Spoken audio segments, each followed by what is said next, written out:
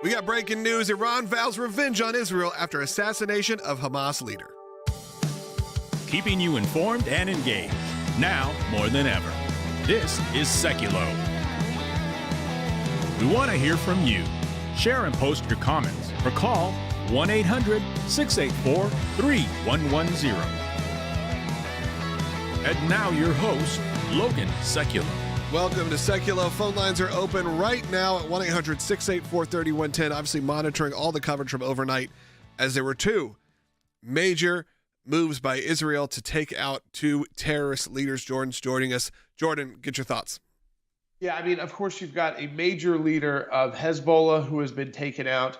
This, of course, after that horrendous strike by Hezbollah in southern Lebanon that was on utilizing an Iranian weapon that killed 12 Israelis. But interesting just to note, mostly young people, by the way, injuring an additional, I think, 20 pretty seriously, is that they targeted a Druze community. And the Druze community lives freely with a religious freedom in Israel. They would define themselves as Israelis, but they also happen to be Muslims, Logan. And so, again, it shows that when these terror groups attack Israel, yes, of course, their focus is of destroying the Jewish state.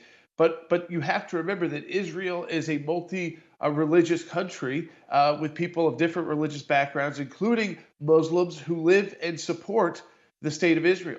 That's right. So that was hit number one.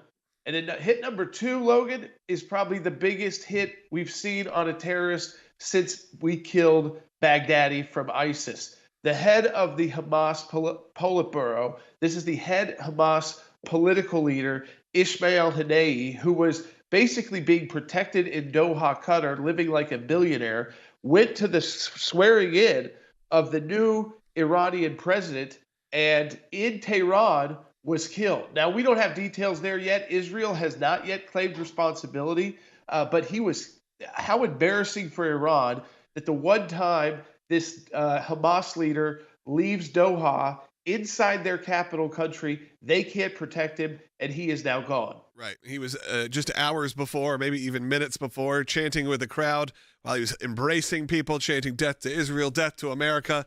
And this is what happens. Will, it is a big moment. We got a packed show, and then we got to tell you about it because today is the last day for our Life and Liberty Drive for the month of July.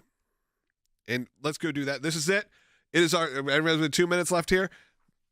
It's our Life and Liberty Drive for the month of July. It ends tonight at midnight. We're facing a historic attack right now on our freedoms. And we talk about this nonstop, and you guys have been hearing about it all month. But our mission has never been more urgent. We can't carry on this mission without you, our ACLJ supporters and champions. But we're still way short of our goal for today. Today is one of our biggest fundraising days of the year. We need your support right now. Have your gifts doubled now at aclj.org. Your support is what keeps us in the fight, and we're facing, again, like I said, some of the biggest challenges we've ever faced right now as we head into a very historic fall. You need to be a part of this, and today we are filing. We've already filed. We could be our most important brief ever in defense of Israel at the ICC to defeat its attempt to arrest Israeli Prime Minister Benjamin Netanyahu. Again, that's at the International Criminal Court. Tomorrow, we are filing our reply brief at the Supreme Court to defend pro-life counselors from being prosecuted for saving unborn babies. It's the Turco case. And yesterday was National Whistleblower Day, and we're fighting to defend our FBI whistleblower clients in federal court. There is so much happening right now, and we're about to appeal a major prayer case you've heard about in Ocala, Florida.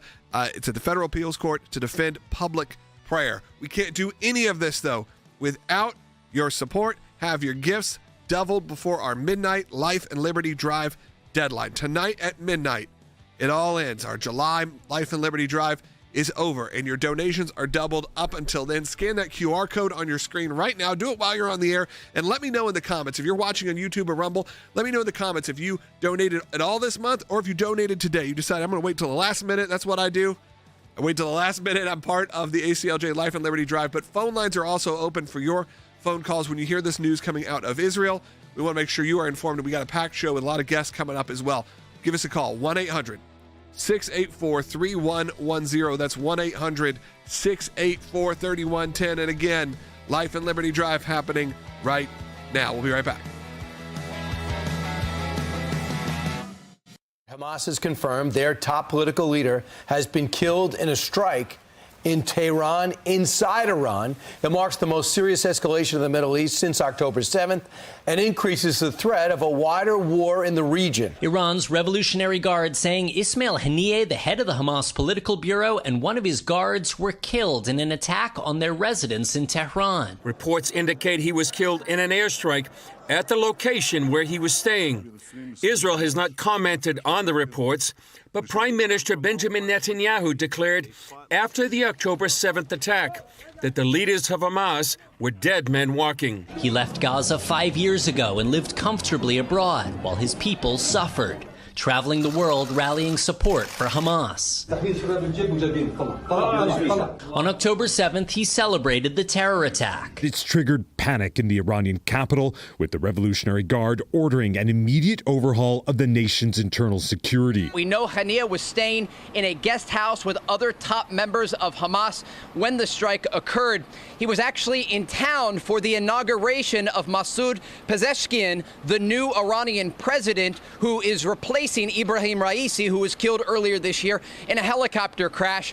It is significant because Ismail Haniyeh, just hours before, met with Pezeshkian and also the supreme leader of Iran, the Ayatollah Khamenei. Iran's supreme leader Khamenei threatened, "It is our duty to take revenge and severely punish the Zionist entity for the assassination in Iran, because the assassination was carried out on our soil." Doing it in Tehran sends a double message. It sends a message to Hamas that we will take out any of your leaders and that the negotiations they're maybe secondary, and it sends a message to Tehran that Israel can get past its security services and will do what it wants.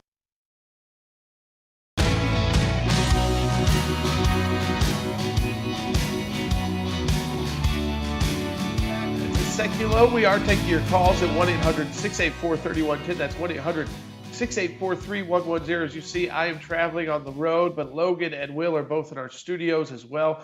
Got great guests coming up for both segments of the broadcast. We're going to be joined by former Secretary of State Mike Pompeo to discuss these issues, but also the incoming ambassador to the United Nations for Israel, our good friend Danny Danon. So they're both going to be joining us. And Logan, so much to talk about here. This final day of our Life and Liberty Drive, where we are filing at the International Criminal Court. And I want to underscore to people, we are filing in a case because this is about whether or not the International Criminal Court should move forward with indictments against Benjamin Netanyahu and other Israeli leaders, even though Israel is not a party to the Rome Statute of the International Criminal Court.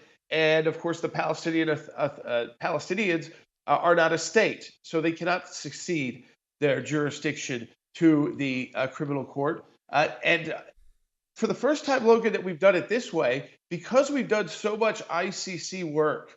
So I want to underscore that for our ACLJ listeners, because the ICC's top goal is not just to get Israelis, it's ultimately to figure out how could they get Americans, even if we aren't part of the International Criminal Court. So what we were doing here, we had to file to make sure we could file.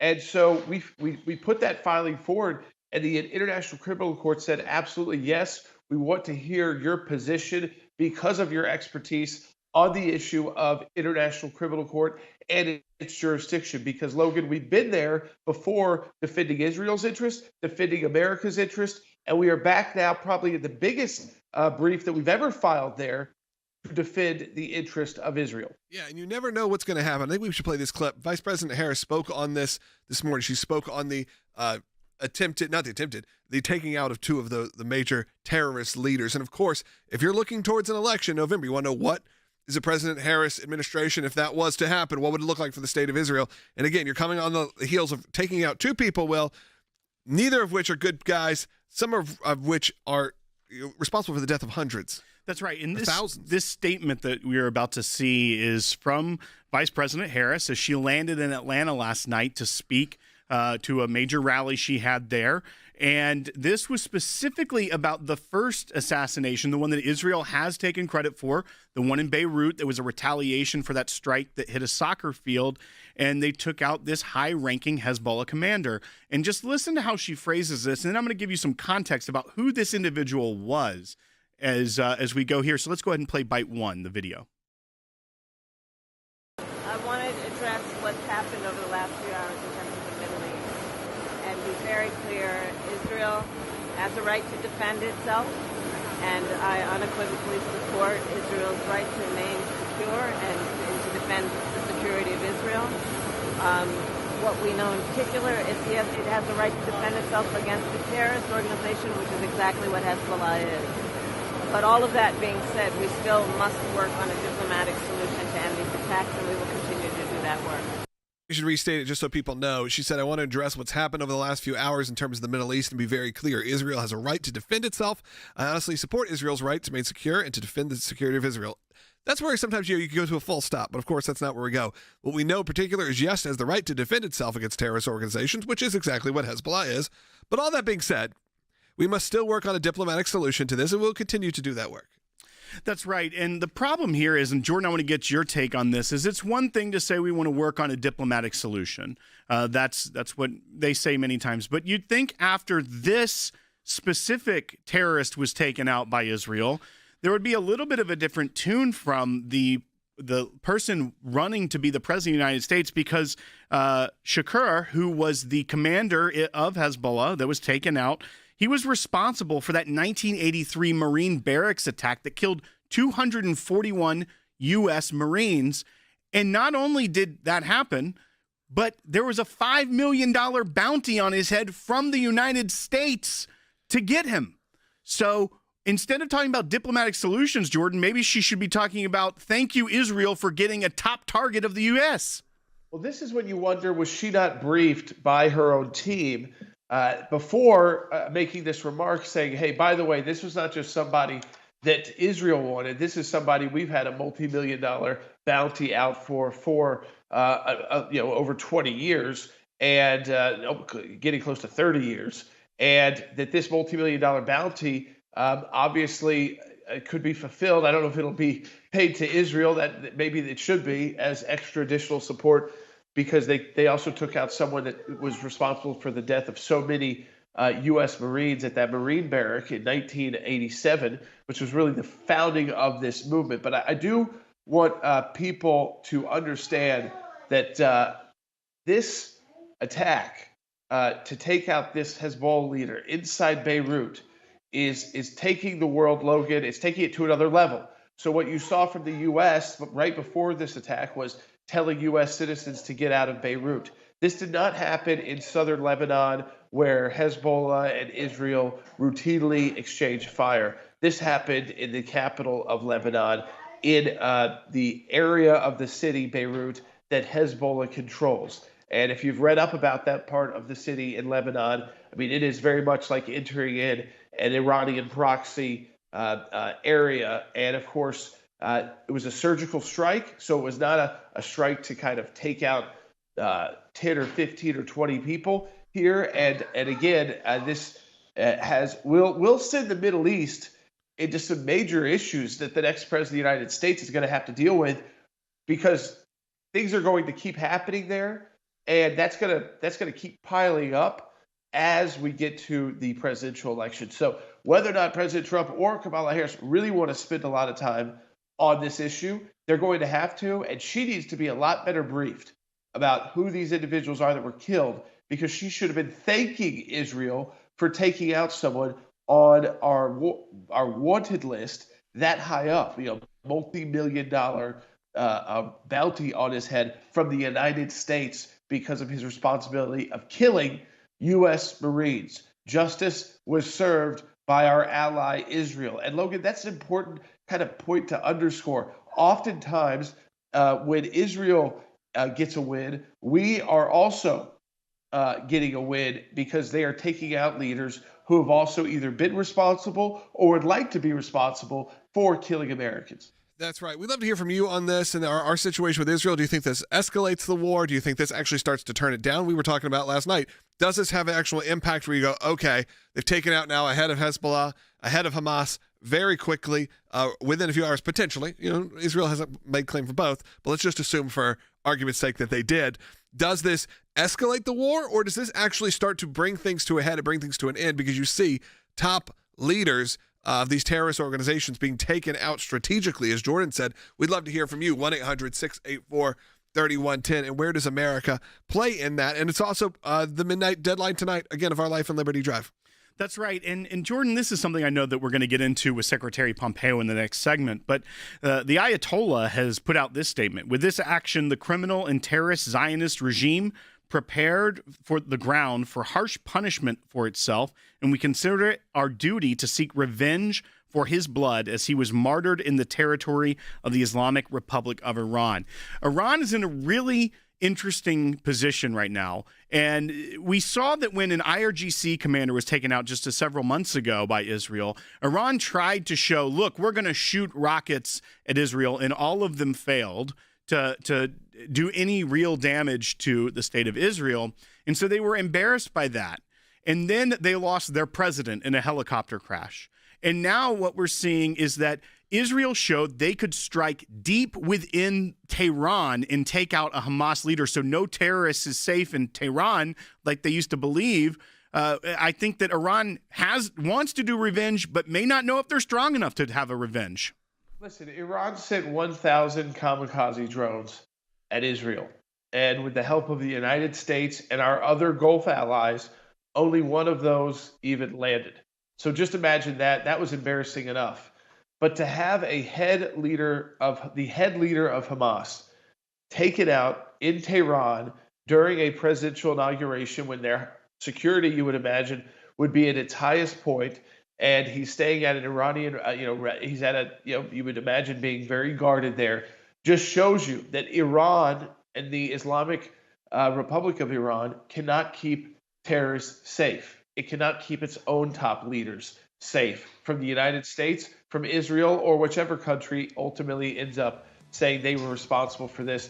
You've got to support our Life and Liberty Drive. We are filing today at the International Criminal Court. This is the final day, of course, of the month. This needs to be the biggest day financially at the ACLJ, and your donations will be doubled. Go to aclj.org and donate today. That's aclj.org. Donate today. We will be right back on the air with Secretary Pompeo, Logan.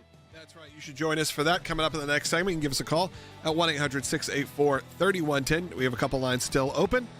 But this is it. This is our Life and Liberty Drive deadline for the month of July. It ends tonight. Our matching moment ends here tonight. Have your gifts doubled before our midnight Life and Liberty Drive deadline. You can scan the QR code on your screen if you're watching, or at aclj.org directly. You just go to aclj.org in this next 2-minute break and make your donation right now. The Western world is sort of shifting in their tone towards Israel. This is with a concern even with a Harris administration that could happen away from even a Joe Biden administration, which was obviously not that pro-Israel, but a Harris administration we know would be even more hostile. You have what happened in the UK. UK obviously had a massive election. Really went from a really moderately conservative for the UK. Right. Here would probably be a liberal, but for conservative for the UK to a much more liberal progressive whole parliament. And what happened was, if you may remember, the ICC had issued arrest warrants or began the process of issuing arrest warrants for people involved in the war in Gaza, including Benjamin Netanyahu. And the British Prime Minister's office said Friday the UK will actually now, and they will not intervene in the ICC's request for an arrest warrant against Prime Minister Netanyahu. The UK came in and said, requested the court to say, can we submit this brief? And the court said yes. And in fact, not only can you, UK, but also other parties. So that request from the UK actually opened it up for us through our European Center for Law and Justice to file a request that we would submit a brief on this matter. And so now, even though the UK has changed governing forces and they're deciding they're not going to file, actually, their request at least allowed us, the ECLJ, we will be filing on this matter. And we will be arguing that the International Criminal Court does not have jurisdiction because the Oslo Accords actually reserve jurisdiction over any crimes that Israeli nationals commit or may commit in the Gaza Strip or the West Bank. That was reserved to Israel. So you can't give authority that you don't have. So we will be filing on this very important issue that the ICC cannot approve these arrest warrants.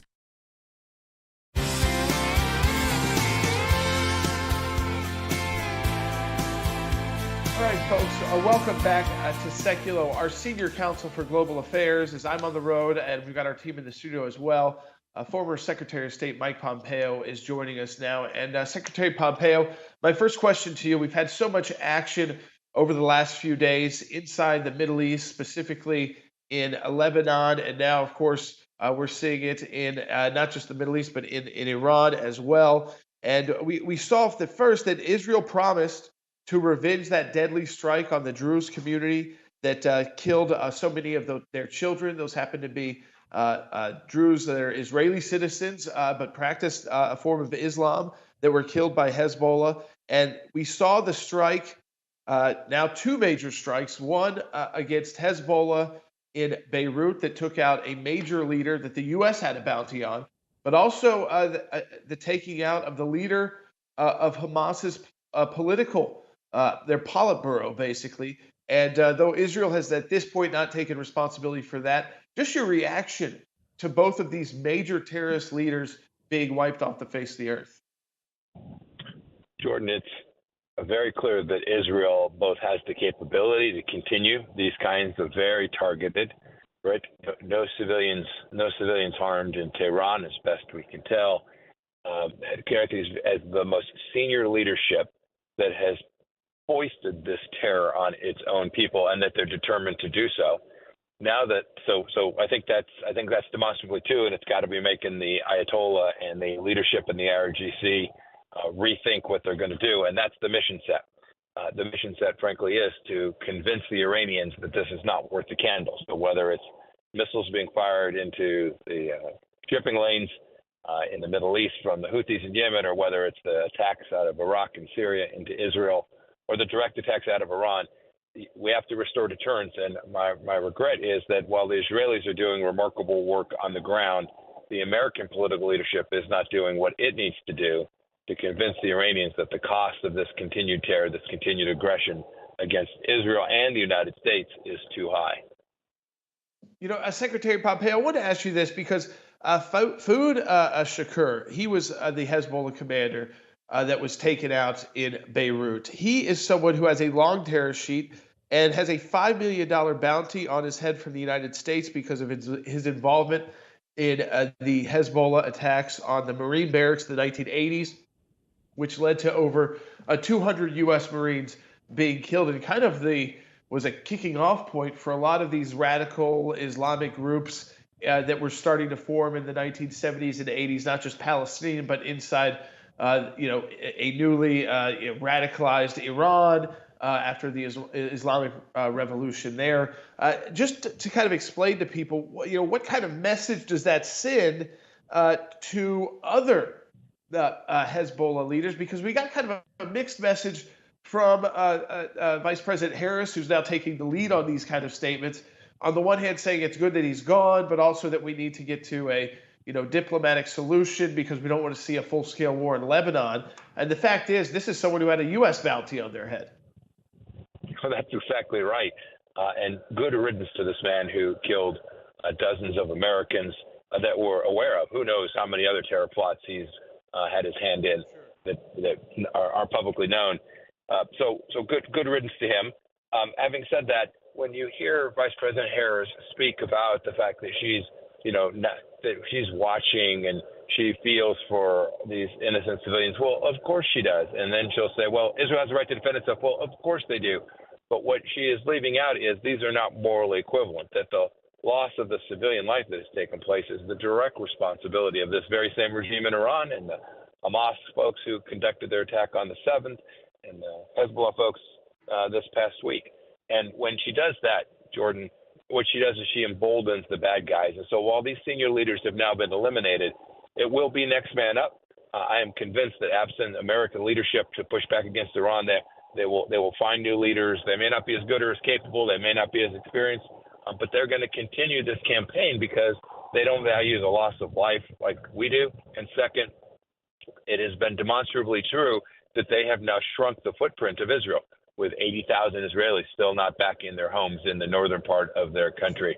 And so this effort will continue until the United States, the Gulf states, our European allies all join hands to help Israel push back against Iran and impose real sanctions and real costs on them. You know, I wanted to ask you about Ismail Haniyeh, because this is someone who's lived an interesting life in the sense of being a political leader from Hamas, and then he sought refuge in Doha, decided to make this trip for the new Iranian president's swearing in. I think here, very embarrassing for Iran that they cannot keep their fellow terror leaders that they work with and sponsor safe, even inside Tehran. It tells you that almost they are all reachable to whoever ultimately does or doesn't claim responsibility for this. It is a major day that he has been taken out. But how do you think it affects what's going on in Gaza? I know, of course, you've got Sinwar, the military leader of Hamas, still kind of using human shields to cover himself up. But if Ismail Haniyeh's gone, I mean, they are working through getting rid of the Hamas leadership structure. And these were guys, Secretary Pompeo, by living in Doha in those multi-million-dollar apartments and with their billions of dollars, seemed like they'd almost be untouchable. Yet the moment they left, they are gone. Yes, Jordan, I suspect trips from Doha to Tehran by these senior leaders will be greatly diminished, and that their life insurers have now increased their premiums significantly as well. Look, the reality is that we have repeatedly demonstrated that we can reach out and touch Iranian senior leadership. We did it in the Trump administration with Soleimani. We shouldn't forget the CIA during the Trump administration took out the number 2 of al-Qaeda, who wasn't in Afghanistan, but rather was in Tehran. We claimed responsibility for that strike. His name is Mohammed al-Masri. He was the deputy emir of al-Qaeda. And so I do think all the Iranian leadership recognizes that they are vulnerable. But the question is, how do you convince them that that vulnerability is sufficient, that they ought to cease this terror campaign that they've been at for decades? And the only way to do that is to deny them resources, continue to apply pressure, and make it very clear that the United States and Israel are truly inseparable. We're going to provide them every single thing that they need: intelligence collection, signals availability, all the weaponry that they need, and we're going to let them unleash it in a way that will defend their nation. When we do that, the Gulf Arab states will see that. They will see that Iran is a threat to them as well, and they will work alongside us to counter that Iranian threat. Secretary Pompeo, as always, it is great to have you as part of our team at the American Center for Law and Justice, and to be on the broadcast when you've got such breaking news, both out of Lebanon, out of course, Iran, and both involving terror leaders, some who have been involved in, of course, direct targets and killing on Americans. So we appreciate that. And even Haniyeh, because of the U.S. Logan, we still have Americans who are being held inside the Gaza Strip. That's right. That's happening right now. We need to make sure we don't forget about those. We don't forget about the American hostages as well as the Israeli hostages. Still, like you said, captured. Make sure we get them back. Phone lines are open for your calls at 1-800-684-3110. If you lose us here, this is the opportunity. We are wrapping up our Life and Liberty Drive for the month of July in just a few hours at midnight tonight. We need you right now. We've made some good headway, but we're short of our goal. We need your support right now. Have your gift doubled because all donations are matched, tax deductible, and matched. So scan the QR code right now. Go to aclj.org before midnight. You know what? Just do it right now. Do it right now. As you're watching this, we only got a 1-minute break, and then we're right back on it for another half hour. Join us live. Last summer, we launched our first ever ACLJ Life and Liberty Drive. We never could have imagined how much you, our ACLJ members and ACLJ champions, would exceed our expectations, and we can't thank you enough. We'd love to tell you that 1 year later, threats to life and liberty are no more. Sadly, the radical left is relentlessly doing everything it can to destroy the very foundations of this great nation: life, religious liberty, and the Constitution. The good news is your ACLJ team has not slowed down. We continue to fight in courtrooms across the country, including the Supreme Court, to defend your freedoms and to save innocent babies.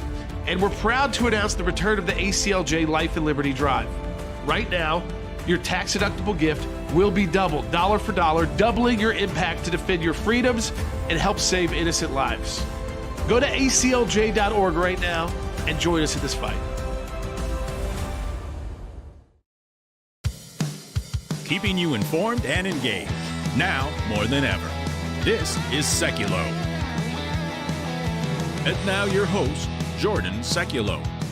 Hey, welcome back to Seculo, folks. We are taking your calls at 1-800-684-3110. And we'll have a segment coming up in this, again, second half hour where we want to take your calls, your thoughts on what is happening both inside the United States, inside Israel. And Logan, for you and Will, I mean, I think it's just so important to underscore that we have not only seen Israel take out a top Hezbollah commander so quickly after that horrible attack by Hezbollah on a predominantly Muslim Israeli community, Druze community in northern Israel, where at least 12 were killed, most of them young people between the ages of 12 and 20, and many more seriously injured. And Israel responds in a very targeted way, not by opening up an entire war on Hezbollah, by taking out a key Hezbollah leader with a surgical strike inside Beirut. This is the same a Hezbollah leader that the U.S. has placed a multi-million-dollar bounty on because of his responsibility in the 1987 Beirut U.S. Marine barrack bombings that killed over 230 U.S. Marines in the 1980s. So both a evil person when it comes to killing Americans through terrorism, and evil when it comes to killing these Israeli Muslims in this case, and Israel responded surgically. And then the targeted assassination of the head of Hamas. I mean, just to underscore that, who was living so peacefully, Will and Logan, in Doha, and able to be a part of negotiations, and probably thought his life was not in jeopardy. So he even traveled to Tehran, outside of the protection zone of Doha.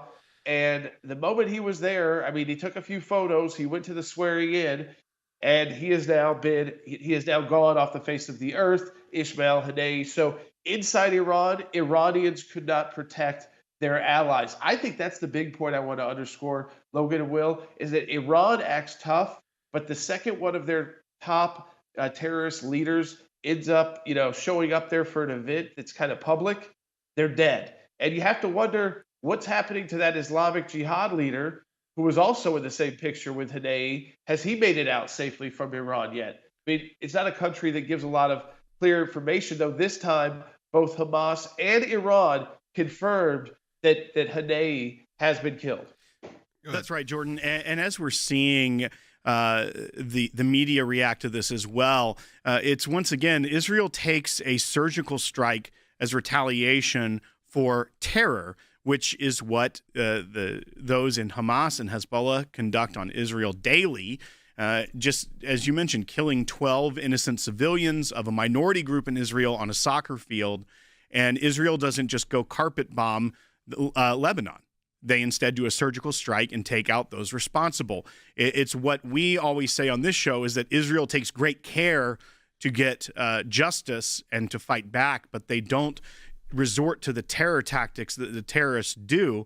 But also, you're seeing, as you mentioned, that he was Haniyeh was sitting next to the leader of Palestinian Islamic Jihad at the inauguration of the president of Iran. But you're seeing headlines like this out of Reuters. Tough-talking Haniyeh was seen as the more moderate face to Hamas. So even now, you're having Reuters, which loves to run interference for the terrorist groups, still trying to cover up. This is as when Soleimani was killed and they tried to say the austere leader. You're seeing the media falling into this trap. Yeah, folks, we need your support at the ACLJ. This is, again, our final day of our July matching challenge, Life and Liberty Drive. We're filing at the ICC on behalf of Israel today. So we need you to support our work at aclj.org, where you can double the impact of your donation. And Logan, this is a critical time right now for people to take action. That's right. ACLJ.org right now, or scan your QR code to support us during this final deadline for our Life and Liberty Drive for the month of July. The midnight deadline happens tonight. Be a part of it. Your donations are doubled. This is a big day for the ACLJ. We're a little bit behind. We really could use your support. You guys have showed up in a big way as I was saying that over the week. This is it, though. Be a part of it right now. Make your donations doubled as we speak until midnight. We'll be right back. Another major assassination, this of a top Hezbollah commander in Lebanon. In a move almost unheard of, the Israeli military claimed responsibility for the strike and named its target. Fuad Shukr, also known as Sayyid Muhsan, Hezbollah's most senior military commander and the head of its strategic unit, who was responsible for killing 12 children in a rocket attack on a soccer field over the weekend. Israel's top military spokesman spoke about the strike in Beirut against Hezbollah's top military commander. Hezbollah's ongoing aggression and brutal attacks are dragging the people of Lebanon and the entire Middle East into a wider escalation. While we prefer to resolve hostilities without a wider war, the IDF is fully prepared for any scenario. Israeli forces across the country remain on high alert, and today there is a notice to airmen closing the airspace of northern Israel in anticipation and concern about the possibility of renewed rocket and missile fire from southern Lebanon. What type of response will Hezbollah provide? Where will they fire? Which type of weapons will they use? And then, of course, the second, third, and fourth, and fifth layer of responses that the IDF has ready to Hezbollah's responses. Hezbollah insists it won't stop its attacks until there is a ceasefire in Gaza between Israel and Hamas. And this morning, Defense Secretary Lloyd Austin said an all-out war in the region is still not what he called inevitable. But following Israel's attack in Beirut and the assassination in Tehran, that may be wishful thinking, Errol, thinking that Hamas, Hezbollah, and Iran will now have to respond.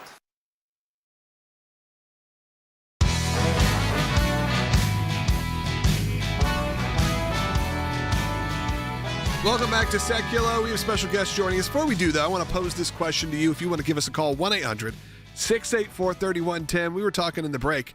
Interesting conversation point. Why is it that we have heard already from Vice President Harris, from Kamala Harris, but not from President Biden? Does this indicate, do you think, that she is working as sort of a not-so-shadow president at this point? What do you think? 1-800-684-3110, again, with that statement from Vice President Harris, as if she's the president, but nothing from Joe Biden. 1-800-684-3110. Jordan. Logan, I mean, that is very interesting. I do want to hear people have to think about that. Give us a call at 1-800-684-3110. We're going to open up all the lines now so that in our final segment of the broadcast, we can take calls from all of you at 1-800-684-3110. We have a very special guest joining us now, the former Israeli ambassador to the UN, who is also the current incoming Israeli ambassador to the UN, who will be seated in that place in August. That is Ambassador Danny Danon of Israel joining us now. And Ambassador Danon, thank you so much for joining us on the broadcast today.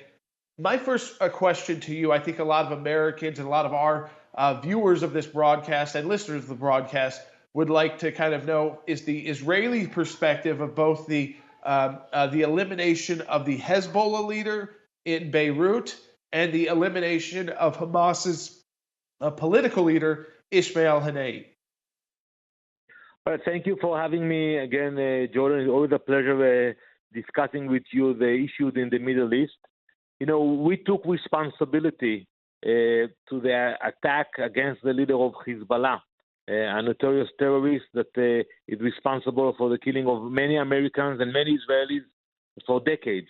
It was an important message to Hezbollah after they fired and killed 12 innocent kids who were playing soccer over the weekend. And I think it was the right response, and we'll continue to do whatever is necessary to make sure that our civilians can play soccer, can have a normal life in the northern part of Israel. Regarding to the attack in Iran, Israel, we haven't taken responsibility. From foreign reports, we learned that it was an attack that was originated in Iran against a notorious terrorist as well. Yeah, I mean, it's interesting, Ambassador Danon, because these are happening so quickly back together. I think you did make an interesting point. We've been making it clear through the broadcast. Israel has taken responsibility for what has happened inside Beirut with that surgical strike on a Hezbollah commander. There's not been responsibility taken by any nation on the killing of Ismail Haniyeh and inside Tehran. He was there for the inauguration of the new Iranian president. Interesting point, though, just to point out to everybody, is that inside Iran, where you've got this terror-led state, they don't have the security apparatus to even keep their own terrorist friends safe. I want to go to you on this, Ambassador Danon, as well, because I think the American people do need some education on this. We're hearing a lot about, by Israel taking out this Hezbollah commander, who, by the way, the U.S. also had a multi-million-dollar bounty on because of his role in killing U.S. Marines in the 1987 Beirut the barrack bombing attacks, is that somehow because of Israel's reaction to being fired on and its citizens being killed by Hezbollah, a lot of young people being killed, that Israel is starting, another major conflict instead of focusing in on who the actual bad guys are in this situation. Indeed, and you mentioned the attack on the Marine Corps in Beirut. Think about how many terror attacks these individuals planned over the years. We're talking almost 40 years that is involved in terrorism, and that's unfortunate because today Lebanon is in the hands of Iran. Hezbollah took over that country, and I'm saying it very clearly that the Lebanese government should be responsible for what's happening in Lebanon, because we will not continue to sit idly by when rockets are flying from Lebanon into Israel.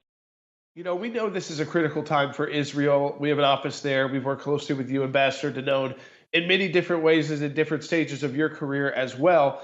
And I think it's time that Israel does have you back at the United Nations, because just to kind of explain to people, what is it like to be the ambassador of the country most sanctioned by the world, but yet also a top U.S. ally at the United Nations? Well, I can tell you it's challenging, and I chose to come back because I understand that we are now in a crucial time for the history of the Jewish people.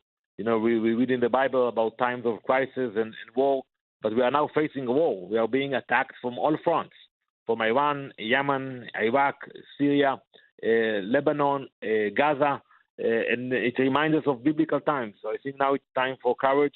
It's very hard to be the ambassador because most of the day you are by yourself, facing the lies and the hypocrisy at the halls of the UN.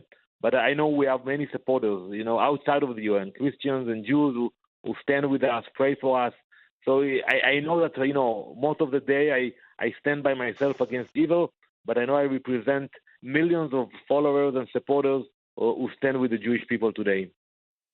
That's so important for our listeners to hear, too, is the importance of their support for Israel, Ambassador Danon, that you really do. And Israel really values that support, especially inside the United States. So when we see any of those cracks start to form, whether it's in the Christian community, whether it's in certain political communities inside the United States, I think it's important that we all go back and give everybody some education. And people on this broadcast are also good at going and then giving people that are listening, getting their friends educated about who is right and who is wrong, because we don't need to see college kids in America flying the flags of Hamas and flying the flags of Hezbollah.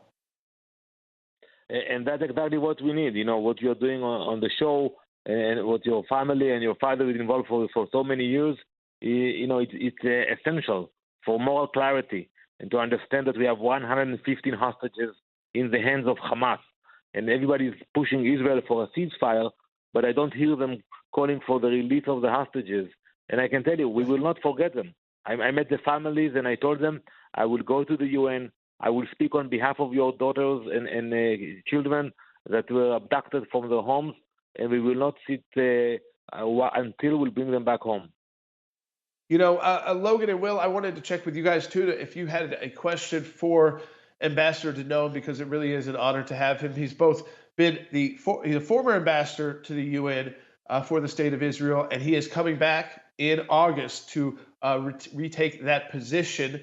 So we'll be able to work with him again at that level at the United Nations. Logan, Will? I just wanted to thank him, obviously, for doing this and coming back and being a part of our broadcast as well. As you said, we've been on the front lines of this from a media standpoint, from a legal standpoint, the entire time, you know, for decades. Yeah. And it has been such a great privilege to work with them. And I feel like having someone that we can contact, and that's why it's important even here at the ACLJ that we have these relationships built. When you hear from people like him, when you know that when you're putting your money, when you're supporting the organization, you know that it's going to making a huge impact. I also wanted to ask you, Ambassador Danon, as we see in some of the media here in the United States that's not as friendly to Israel as they should be, they report that Haniyeh, who was the political leader of Hamas, they try to paint him as more of a moderate and not necessarily a terrorist, but that isn't the case. And I just want to get your take on trying to paint him as a moderate, if that's the reality of what we look at. Well, he was a terrorist, from day one. He was involved in planning terror attacks. He switched position recently, and he moved out from Gaza to become the one who is actually funding terror. But once he moved out, he didn't change the ideology. On the contrary, he continued to support terror and to fund terror through different ways. So no one can call him a martyr. He is a radical terrorist. All right. Well, thank you so. I'm sorry. Go ahead, Jordan. Yeah. No, I just wanted to thank Ambassador Danon for joining us. We are excited. Of course, we've continued to work with you inside and outside your role at the United Nations, but we're going to be exciting to have you back at the United Nations at a critical time for Israel, both at the UN and in the United States of America. So playing a dual role there. We're excited to work with you as we are right now. Ambassador Danon, thanks for joining us. And Logan, critical time to support the work of the ACLJ today. Final day of our match. This is it. Yep, the final day of our Life and Liberty Drive for the month of July. If you like this broadcast, if you like the legal work we do, if you like any of the media stuff you get from the ACLJ, whether that's on YouTube, Rumble, all of that is being made by an incredible team, and we can't do it without you. This is how you support the ACLJ with a one-time or ACLJ champion donation. You can either become a champion, which is someone who supports the ACLJ on a monthly recurring basis, or just a single one-time donation. And maybe you've already given this month. We appreciate it. Doesn't mean you can't give again. Give again right now, aclj.org. Again, wrapping up our Life and Liberty Drive at midnight tonight. I do want to say we got about 3 lines open right now. Give us a call, 1-800-684-3110. It'll be a short wait. I'm only take as many calls as I can in the next segment. We pose that question. Why is it that we've heard from Vice President Harris, but we haven't heard from President Biden? Is she essentially functioning now as the president? Is that what they're trying to convey? I want to hear from you. 1-800-684-3110. 1-800-684-3110. Last day of that Life and Liberty Drive. We'll be right back. The most important voice, yours.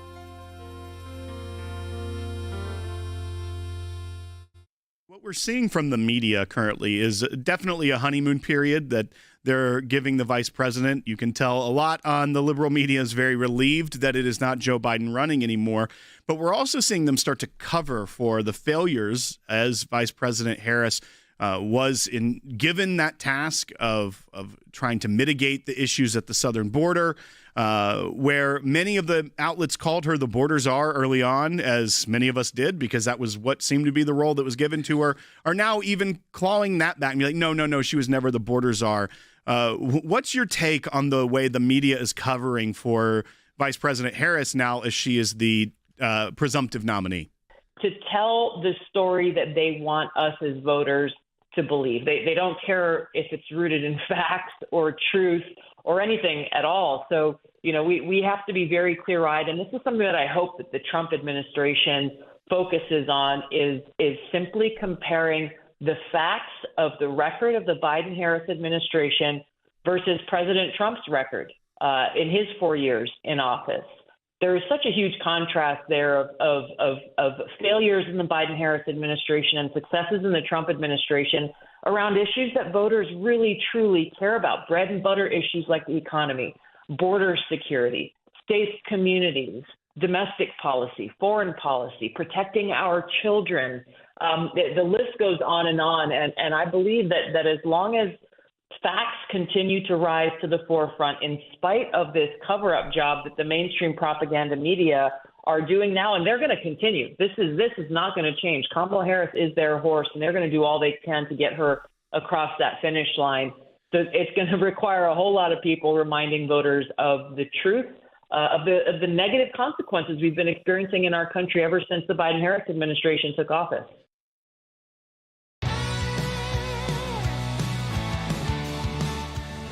All right, folks, welcome back to Seculo. This is the final day of our July Life and Liberty Drive. As you can see, I am on the road, but I knew it was an important day to join our team, both Logan and Will, who are in the studio. And let me just really quickly say, we do these months with these drives where you double the impact of your donation, and they are economically the most important months for the ACLJ. Not for us to pay our staff today, but it's so we can continue to have cases come in, whether they're as big as the International Criminal Court or as small as one individual that needs assistance and their constitutional rights have been denied at a seniors center or at school. We want to always be in the position at the ACLJ where we can do two things. One, represent anyone who contacts us that we believe we should be representing. We can't take every case because the ACLJ, as a nonprofit, there's certain cases we can take. But you go to aclj.org/help to contact our attorneys to let you know.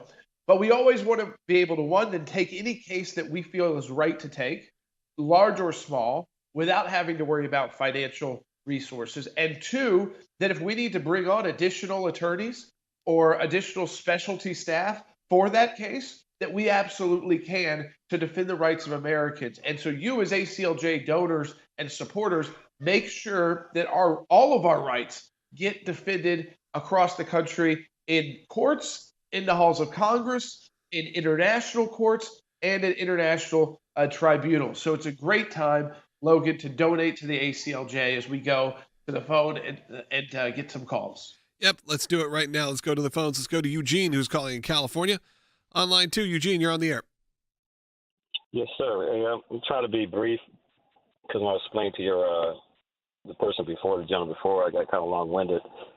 But anyway, from yesterday, there was a gentleman that called, and I was trying to call at that time, and in support of what he was saying about the Republicans need to get on board with fighting and hold, especially the politicians. It's a street fight, and one of the proposals that I sent it to President Trump yesterday is an idea of creating like a poster with a line in between, have President Trump on one side and President Biden on the other side, / Harris, and the accomplishments, what was done. And that needs to be in front of every Republican headquarters in the country. Eugene, I understand what you mean. A list that really showcases the policy differences and the successes and failures, yeah. Jordan, I think we've all kind of said if they would just run on that, you could probably have a winning ticket to just say, look at the clear record of the Trump administration, look at the clear record of the Biden-Harris administration. Well, I may be announcing this a little early, but ACLJ Action is working on that for our supporters right now so that they will receive that if they are supporters of the ACLJ. I think that we're even going to get that inside the mail and electronically in both snail mail as we get closer to the election. Of course, because we've had a change in who likely the Democrat nominee will be, we are then going back through the Harris record, which again is not exactly the same as Biden. She obviously owns everything that the Biden administration did, but she also owns all of her political past, which is a lot different than running for vice president. You don't focus as much on that. This time we are. So they'll actually be getting likely a kind of ACLJ-focused voter guide as we get closer. But obviously, glad we didn't do it already because, one, there's a lot still happening in the world, especially when it comes to security and Israel, and of course, in the U.S. with the lawfare and the election. But we also have had a change in who the likely Democrat candidate's going to be. So, I mean, the questions of will there be a debate? There's a lot to talk about in that political world as well. But right now, today we're getting that brief into the ICC. As people hear us, it's being filed, and everybody doesn't get accepted into filing a brief at the ICC. So your support of the ACLJ for years, some of you, has gotten us to the level at the ICC where we are seen as top experts on these issues. Whether they agree with our position or not, Logan, they want to get our opinion before they move forward on any prosecutions of Israeli leaders. And of course, our opinion is you don't have jurisdiction, and yet they have accepted, and today will accept our entire brief that we're filing there. Yeah, absolutely. And I think that's why it's important to always support the work of the ACLJ, because it's not just a broadcast thing. We make sure people know that, especially since we know almost 50% are non-subscribers that watch on YouTube or Rumble every day. They're brand new to this broadcast. They don't understand this is not just a show. This is an amazing legal effort that has been taken on by the ACLJ, our European Center, our ACLJ Jerusalem. This is just a small portion of what you're seeing. It's an amazing portion. We have a great team putting together an incredible show, but it is just a small portion of what's going on, which is why you need to continue to support the work. Let's continue to go on the phones. Let's go to Melissa, who's calling in South Carolina, watching on Rumble, our favorite free speech platform. Melissa, you're on the air. Hey, good afternoon, or good Logan and Jordan. I think that Kamala Harris being up front in the news now is just to get her more votes, to get her more a platform. And I do think that she's going to tone down all of her ideologies because she wants to get conservative votes. And I think they're going to make that to confuse us. But I don't feel like she's operating as the president yet. I just think that they're trying to give her more coverage now that she's the main candidate. I thought what was most interesting, Logan and Will just talked about for a second politically. You were watching the Olympic coverage last night, but I had it on another news channel that had their top political reporter out of D.C. in Atlanta, Georgia. And there was a very large rally for Harris there. And they went through the line. And, of course, there's a large African-American community, predominant majority in Atlanta and Fulton County. And they went through the line. They asked an interesting question to these voters. They said, would you be here? It was very hot outside as it is in the Southeast. I'm probably sweating even inside right now. So I did let you know I'm in the Southeast. Would you be standing in this line if it was a rally for Joe Biden? And now one of the people standing in that line, which was a big event, said they would be. So there has been a shift even inside the not just Democrat voters, but also some voters who may not have been even interested in voting for Joe Biden, who have now got a new interest in seeing potentially the first a black woman become president of the United States. So not only the first woman, but a woman of color. Yeah, absolutely. Look, so it changes the things politically, whether you, and we're just honest on this. Yeah, show. the people are looking for. You've seen how the Trump campaign has had to significantly change. They've kind of been leaking a little bit too, maybe too much. To places like Drudge and others about some of their concerns they're having about how Harris has changed this race. It's certainly not over. She owns this tough Biden record, but it's going to look very differently than we thought even when we were at the Republican National Convention. Yeah, and it's a very short amount of time, under 100 days, to get things together and to get campaign ads, everything put together to really go after a potential Harris administration. And they've had years to plan against a President Trump run, and now you have the flip of it. 90 days, 100 days. What is it going to look like? Either way, the ACLJ is going to be there, whether it's a President Trump administration, a President Harris administration. Hey, some of you said, even it's a Kennedy administration. Well, we need you to support our work right now, whether it's this broadcast, our legal work, our work in Israel, in Europe, all over the planet. You need to be a part of it. This is it. The midnight deadline is tonight for our Life and Liberty Drive, and we're facing, obviously, historic attacks on faith and on freedom, and you need to be a part of it. Become an ACLJ supporter, or if you can, become an ACLJ champion. Do it right now. Go to aclj.org and have your donations doubled. We'll talk to you tomorrow. Midnight deadline tonight.